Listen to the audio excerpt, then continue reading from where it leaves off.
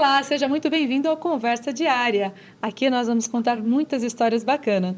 Inclusive, é conversando que a gente se entende, não é verdade?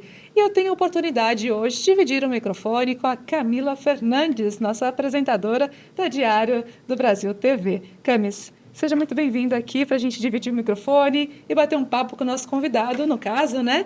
Que é o Amaury Muniz, que ele é produtor musical. Vamos bater um papo bacana hoje com ele, que ele tem muita história para contar. Muito, muito bacana, viu? Satisfação estar aí ao lado da nossa querida repórter, jornalista aqui da Diário do Brasil TV, Mara Carvalho. E aí a gente vai ter um longo bate-papo com o nosso convidado de hoje do Conversa Diária. Fique conectado aí, porque como a Mara disse, quem não gosta de um bom bate-papo, né, gente? E ele está cheio de histórias para contar sobre o mundo musical. Amaury, muito obrigada por você aceitar o nosso convite para compartilhar um pouco da sua história, da sua trajetória, né? Inclusive, como que começou a sua trajetória na área da música como produtora? Bom, é um prazer estar aqui. Muito obrigado pelo convite. É sempre bom falar de música, né? Eu não sou uma pessoa que gosta muito de falar de mim, mas eu gosto bastante de falar de música. Mas vamos lá. Eu sou de uma família de músicos amadores, né? Eu sou o quinto filho. E meus outros irmãos tocavam um pouquinho, né? Minha mãe tocava piano, meus irmãos mais velhos. Lá em casa o violão estava sempre assim, em cima do sofá, em cima da cama, né?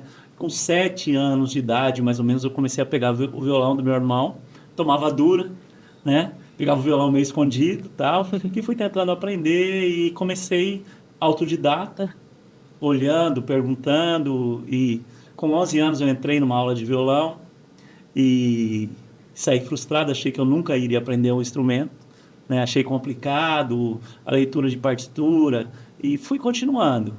E a gente envolvido, eu vim de uma família protestante, né? Uma família evangélica, então na igreja sempre a música rolando, os instrumentos à mão, bateria, guitarra, contrabaixo, e eu tocando violão. Aos 11 anos eu comecei a mexer um pouquinho com bateria. Um primo meu que tocava na igreja começou a me ensinar. E aí eu novinho ali perto do pessoal mais velho, e o meu primo, um dia, não sei porquê, teve alguma coisa lá que ele não gostou e ele foi embora, não voltou mais. Eu virei baterista ali, você tocar bateria na igreja, e sempre muito ligado na música, estudando música, procurando aprender, sem um estudo oficial, mas estudando. Aos 15 anos entrei também num outro curso, no curso do Clã, que era um curso que tinha aqui na USC. Fiquei alguns meses ali, realmente eu aprendi bastante sobre partitura, sobre teoria musical. Tive aula com o George Vidal, que depois foi ser meu patrão, meu grande amigo, né, que não está mais com a gente, né, infelizmente, e recentemente foi embora, né? E aos 15 anos eu tinha um outro amigo também mais velho, que dava aula de violão nas casas. Ele ia nas casas dos alunos. E ele foi embora para São Paulo e me passou todos os alunos dele. E ali eu virei oficialmente professor de violão. E foi assim que eu entrei profissionalmente na música, né? Caí na música, não foi algo planejado, mas eu acabei trabalhando como professor de música, comecei já a ganhar o meu dinheiro ali, ganhar a vida, e estou assim até hoje, né? Gostoso de ouvir, né, Camis? Muito Muito. bacana. E nessa sua trajetória, né, você trabalhou com muitos artistas. Teve alguma situação, assim, um divisor de águas que você considera que realmente fez a diferença para o seu trabalho? Para o meu trabalho como produtor. Como produtor.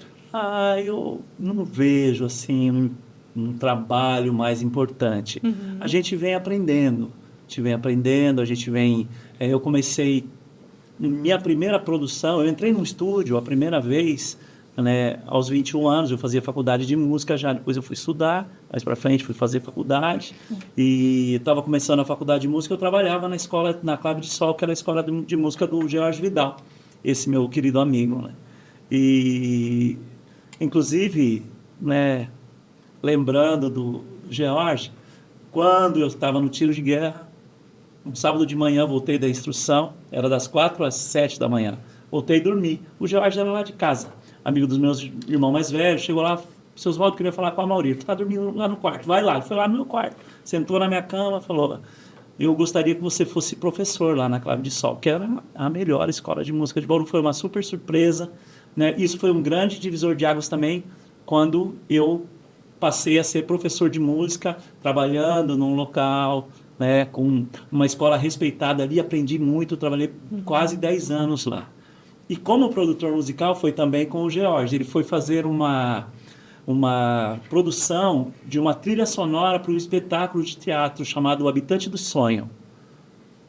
E eu fui para ajudar a tocar, né? Fui tocar o contrabaixo, acabei tocando bateria também, e ali ele fez aquela trilha sonora, a gente participou, e o dono do estúdio gostou de mim, falou, pô, vem trabalhar aí com a gente.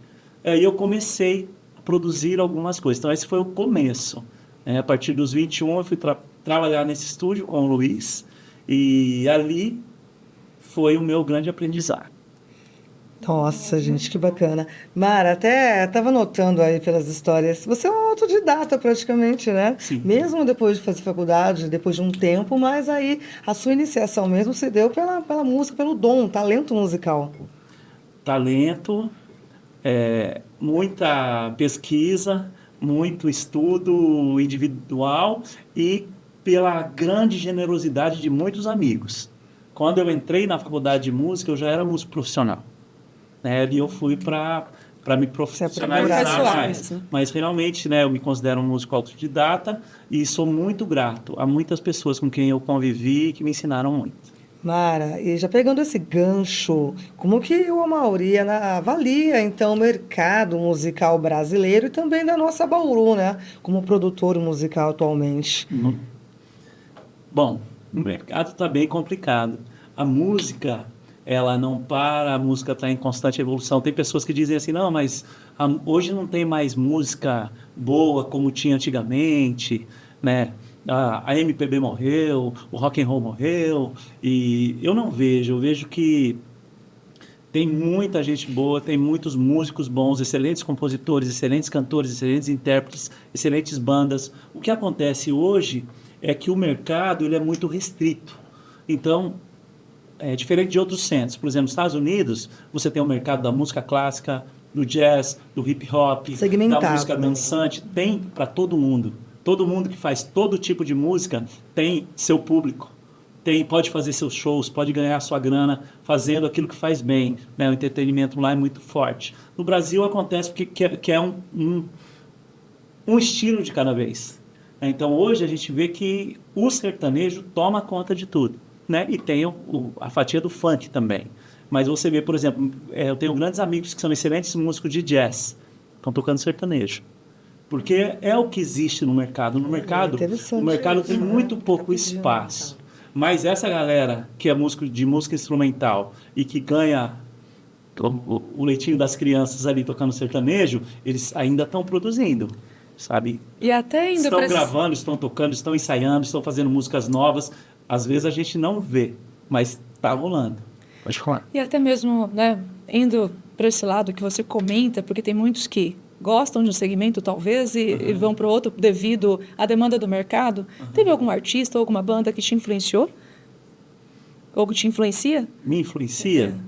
Bom, a gente, na área de produção musical, a gente ama o povo que está por trás dos bastidores, né? Então, eu sou daquele músico, não o músico que está lá na frente, mas eu sou o músico que está lá quando está sendo gravado. Então tem talvez o grande nome, né, uma super admiração que eu tenho é Quincy Jones. Foi um grande produtor, que foi o cara que produziu Frank Sinatra e Thriller no mesmo ano. Então, quer dizer, é uma coisa incrível, quase impossível, é incrível, né? Ele é uma grande influência para mim, assim, um grande espelho. Guardadas as devidas proporções, claro. Né? Aliás, o Quincy faleceu ano passado, né? Recentemente. Sim. Aí, assim, é um artista, foi um produtor mundial. Sim. Mundial. Venerado por todos os músicos de todas as esferas. O cara começou lá no jazz e vocês veem como que é a questão social, né? O Quincy Jones, ele era um cara pobre, uma criança pobre, de um bairro pobre. Eles entraram no supermercado para roubar de noite. As crianças, né? Os pré-adolescentes ali. Chegou lá e ele viu um móvel. E ele foi mexer nesse móvel, abriu, era um piano. Ele começou a mexer. Sim, como ele teve acesso dessa maneira, aí que tudo começou. E ele veio se tornar o maior produtor musical de todos os tempos. Muito bonito, Isso tá né? muito Essa incrível. história é sensacional. Muito bom. Em relação a essa trajetória também, quais são as alegrias e desafios? Já aproveitando esse gancho, né? Legal. Eu acho que a grande alegria é quando a gente encontra um artista que tem personalidade, né? Um artista que produz algo que fala com as pessoas, que fala ao coração das pessoas. Um artista que produz alguma coisa que vai fazer diferença na vida das pessoas. Essa é a grande alegria. A gente está sempre procurando, né? Na maioria das vezes, né, com todo respeito, a gente está trabalhando com pessoas que estão tentando copiar alguém, fazer alguma coisa que alguém já fez, né? E quando a gente começou, os artistas chegavam no estúdio e falavam assim: pô, eu gosto de cantar, eu gosto de tocar, eu faço as minhas músicas, eu quero levar isso para as pessoas. Pô, eu queria gravar, queria fazer um disco, eu queria que as pessoas conhecessem meu trabalho. Hoje, a pessoa chega no estúdio, o enfoque dela é outro. Eu quero estourar, eu quero ser milionário. É diferente. As pessoas mudaram. Por isso também que o mercado musical mudou. Porque o rei, o Deus do nosso mundo hoje, do nosso sistema, é o dinheiro. Então, a gente vê que muitos artistas são movidos somente pelo dinheiro. Muitas vezes dinheiro que eles não vão nem chegar perto.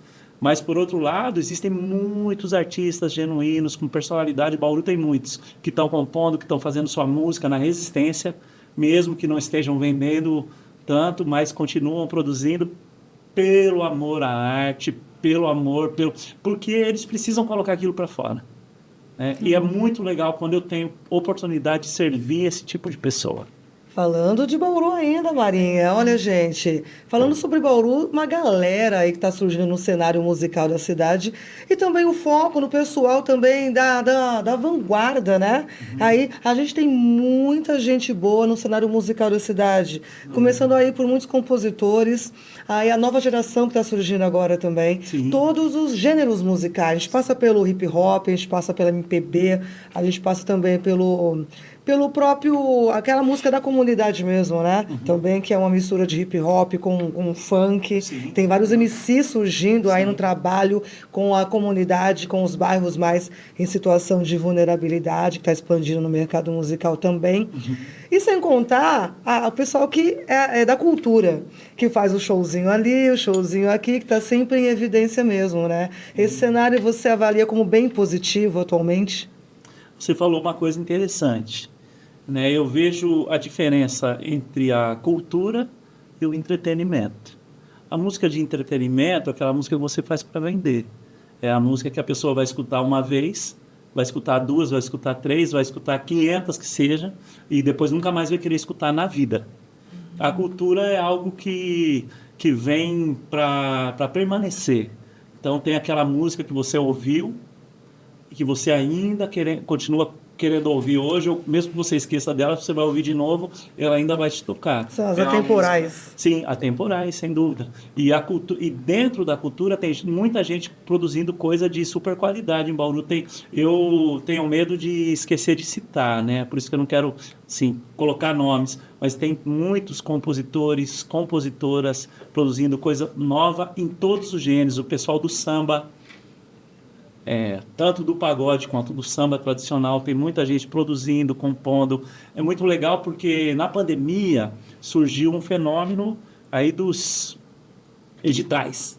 Isso. Então os músicos desempregados tentando trabalhar de Uber, e o governo veio, né, tanto o governo federal quanto o governo estadual, o governo municipal, colocou editais para o pessoal gravar, para o pessoal produzir, compor. Então, muito legal, porque essa nova iniciativa de fazer esses editais, isso tem estimulado a cultura, aquela música mais cultural, aquela música de mais profundidade. Assim como a gente tem o SESC, que promove muito isso, a gente tem o SESI, e ao mesmo tempo, é claro que as pessoas precisam do entretenimento, né? Tem a música que você vai querer escutar na pescaria, tem a música que você vai querer escutar na noite, quando você vai lá dançar, vai extravasar, e tem aquela música que você quer ouvir para pensar, para sentir, né?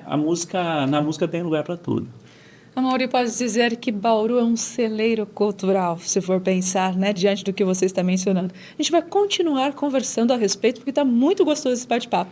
Mas nós vamos para um rápido intervalo, voltamos já já.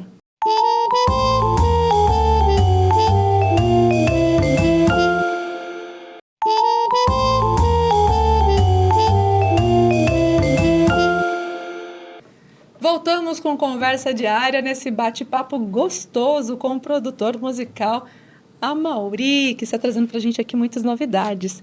Vamos falar sobre jingle. Como que é produzido o jingle aqui na cidade, né? Como que é pensado, como que é realmente feito todo esse processo?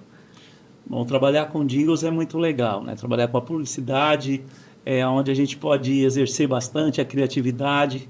Eu amo inventar uma musiquinha, compor um jingle.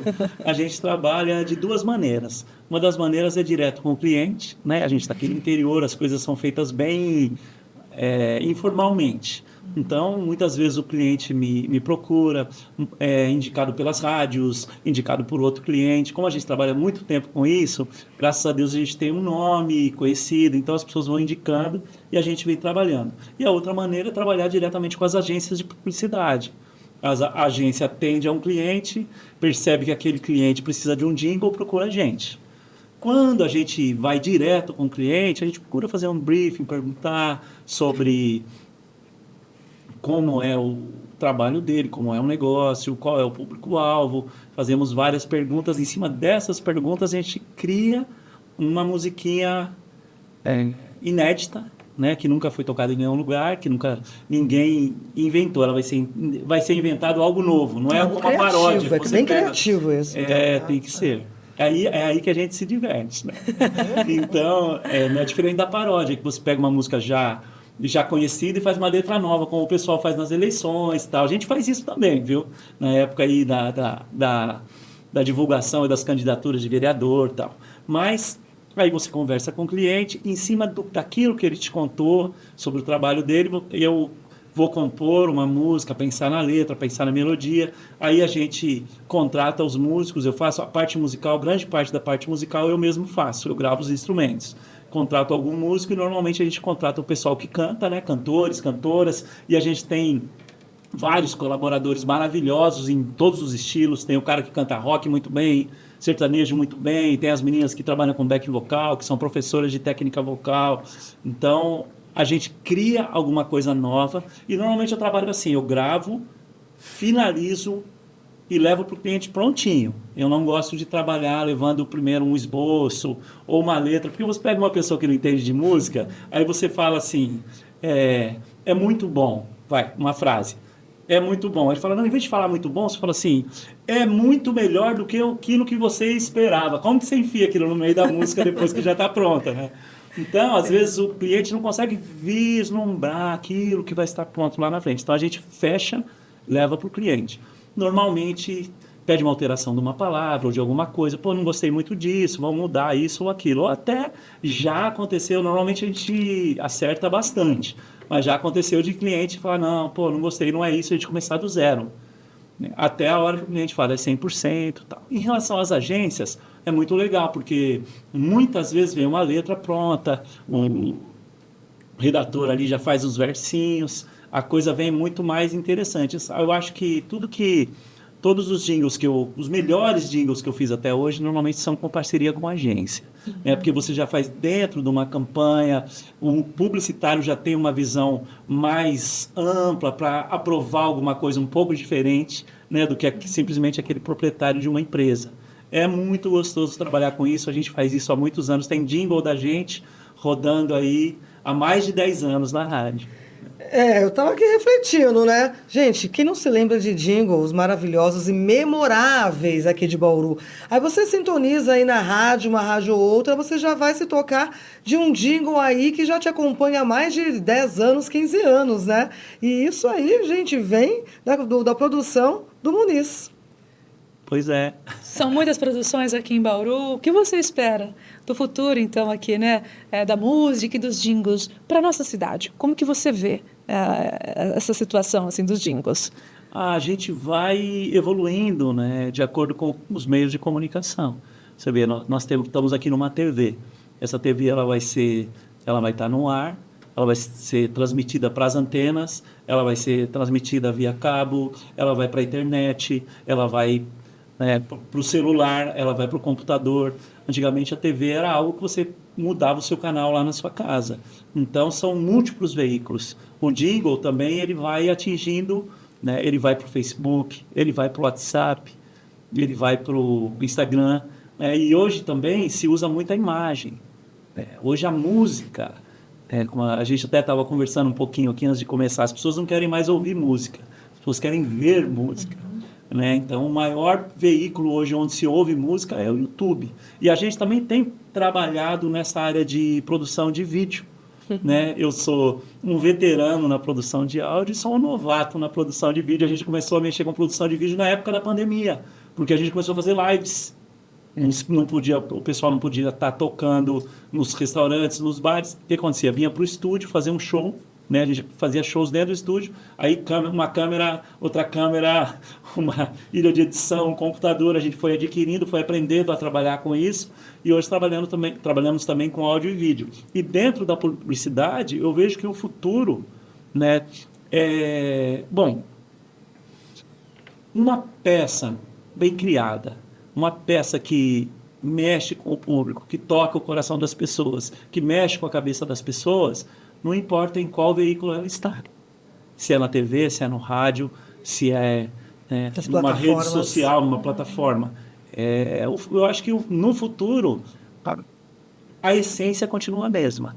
A criatividade prevalece, a atenção ao seu cliente, o convencimento das pessoas, a essência disso é a mesma coisa. O que muda muitas vezes é o formato e o veículo. E a gente vai se adaptando a isso. Cami, estou pensando aqui, Você menciona criatividade, como você já posicionou aqui, também conhecimento, como você já citou, autodidata ao mesmo tempo. E analisando tudo isso, para fazer um jingle, quanto tempo leva? Depende muito? Como que funciona? Que pergunta legal. A gente está sempre procurando aprender. Eu também acabei fazendo depois uma pós em marketing e comunicação, fiz um MBA, aprendi muito lá, Foi muito legal, tive excelentes professores e abriu um pouquinho a cabeça da gente. E hoje a gente aprende muito na internet, Graças a Deus. Você quer aprender sobre um assunto, você vai lá, tem um curso, tem alguém ensinando, e a gente está sempre tentando evoluir. Mas a criação do jingle é um negócio muito legal. Normalmente eu tenho um momento de angústia. A gente pega um papel e fica rabiscando naquele papel. Inspiração aí, vem tentando ver a inspiração. E sai andando e volta, pega o instrumento, começa a cantar. De vez em quando eu pego a moto, saio para dar uma volta, eu pego o carro, dou uma volta, pego a estrada, volto e de repente alguma coisa vem na cabeça, pego o celular, gravo aquela pequena ideia e em cima daquela ideia a gente vai criando mais. Então, aquele primeiro assim, impulso, ele demora, ele é doloroso. Aí depois você entra, você pega o cerne daquilo e troca uma palavra por outra, vai trocando a rima, fica melhor isso, fica melhor aquilo. A partir da música criada, aí eu vou para o que a gente chama de pré-produção. Eu vou para o teclado, no teclado eu sequencio uma bateria que você toca, as partes de teclado, piano, órgão, essas coisas, depois vou para os instrumentos de corda, violão, contrabaixo, guitarra. Depois vem a gravação de voz, a parte de mixagem e masterização, que é a finalização. E muitas vezes a gente contrata um locutor também, para fazer aquele rabichozinho, fazer o endereço, o telefone e tal. Avaliando, assim, a gente fala que é o jingle raiz mesmo, tem toda uma estrutura, gente, para fazer o jingle de qualidade. Sim. Mas como você avalia a entrada das inteligências artificiais, da IA, que muitos estão também ali nesse mercado, até veio para auxiliar, um prós e o contra mesmo das IAs no mercado musical. Sim. Que pergunta interessante. Eu acho que a maioria do planeta está perdido com esse negócio de inteligência artificial. Eu ainda não entrei. Eu ainda não tive a curiosidade de entrar numa inteligência artificial, pedir para fazer um jingle, fazer uma letra, fazer uma música. Mas a gente tem recebido. Então, por exemplo, na última eleição, eu fiz uma candidata de Novo Horizonte que ela pediu um jingle para a inteligência artificial fez. E aí, como eles são meus clientes, o marido é deputado estadual, eu já fiz os jingles dele. Falou, Mauri, a inteligência artificial fez um jingle, mas a gente, não sei, acho que está faltando alguma coisa. Aí eu refiz. Mas o que eu vejo, assim, sinceramente, vem algo muito bem produzido, bem cantado, bonito, um instrumental bem gravado, uma letra normalmente bem elaborada. Para mim, o que falta na inteligência artificial é aquilo que a gente chama de chiclete. O jingle, ele tem que grudar em você. Né? Você escuta o jingle e você sai cantando. Pularmos seu chiclete. Né? O jingle tem que ser chiclete. E a inteligência artificial, ela ainda não pegou essa manha daquela coisinha ali repetitiva, simples. Fica algo assim ainda um pouco burocrático, muito informativo. Mas assim, ó, bem produzido, bonito, bem tocado, bem cantado. E isso é hoje, né? Daqui 1 ano, daqui 2 anos, daqui 3 anos, com certeza eles vão estar fazendo um jingle muito melhor do que eu.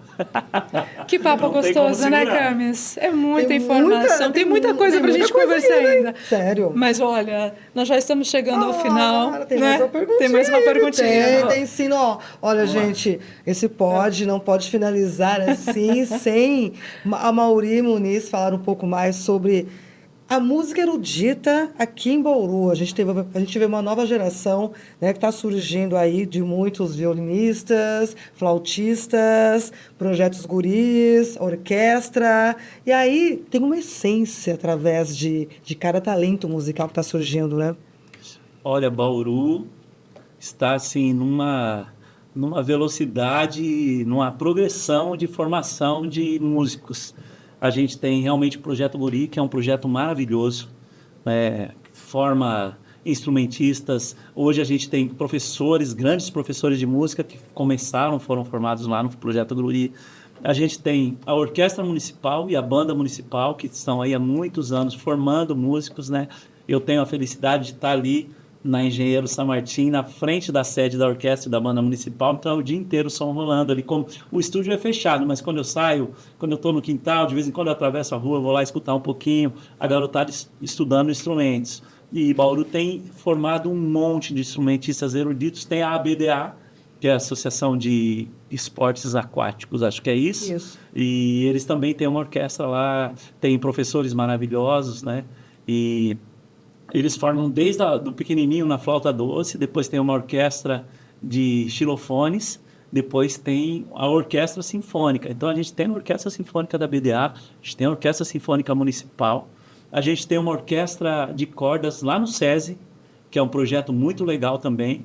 Então, Bauru vem assim formando. Infelizmente, o que acontece é que quando o músico começa a atingir um certo nível, ele vai embora.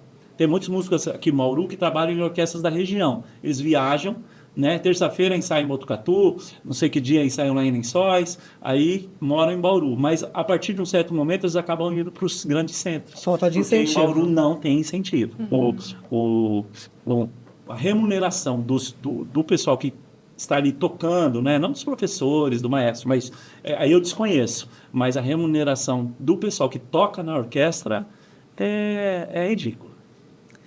Realmente, tem muita coisa para melhorar ainda com tantas pessoas boas em Bauru, competentes, né? Sim.